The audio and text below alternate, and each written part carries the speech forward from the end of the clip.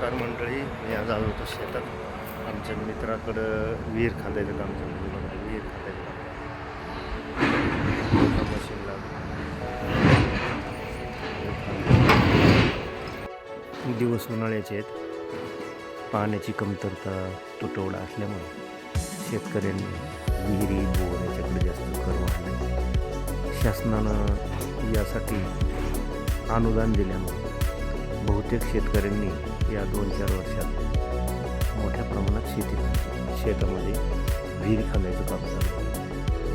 अशा प्रकारची विहीर कमीत कमी 35 फूट रुंदी आणि आत्तापर्यंत 50 फूट खोली या विहिरीची होती.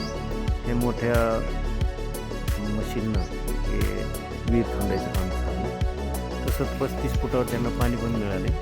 पण काही साठवणूक करण्यासाठी मोठी विहीर पकडली आणि त्याची उंची पण त्यांनी खोली पण वाढवली. भरपूर मटेरियल तुम्हाला पाहायला मिळतं.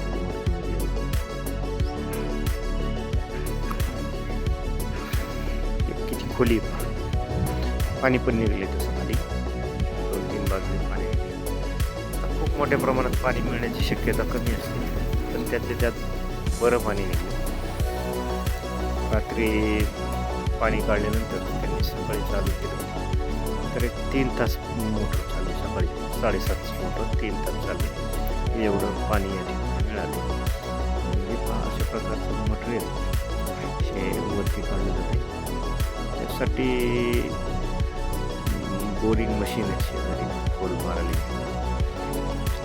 मशीन वगैरे सगळी तयारी या ठिकाणी मशीन बनवली केली. एवढं मटेरियल बाजूला निघालं. त्यातलं जे कच्चा मालाचं मटेरियल होतं ते शेतकऱ्यांनी आपल्या शेतात मातीसारखं निघलेलं मटेरियल, मुरमासारखं निघलेलं मटेरियल त्यांनी शेतात टाकलं. आणि कडक निघलेलं मटेरियल तेच फक्त इथं आपल्याला शिल्लक दिसतं. मोठ्या प्रमाणात मटेरियल निघेल असं कच्चं मटेरियल बाजूला टाकलं. तर शेतकऱ्यांना विहिरीचं पाणी हे टिकाऊ पाणी म्हणून विहिरीकडे जास्त लोकांचा कल आहे. आणि शासनाने त्याला चांगलं अनुदान दिल्यामुळं शेतकरी हे काम करू शकत आहेत. नमस्कार.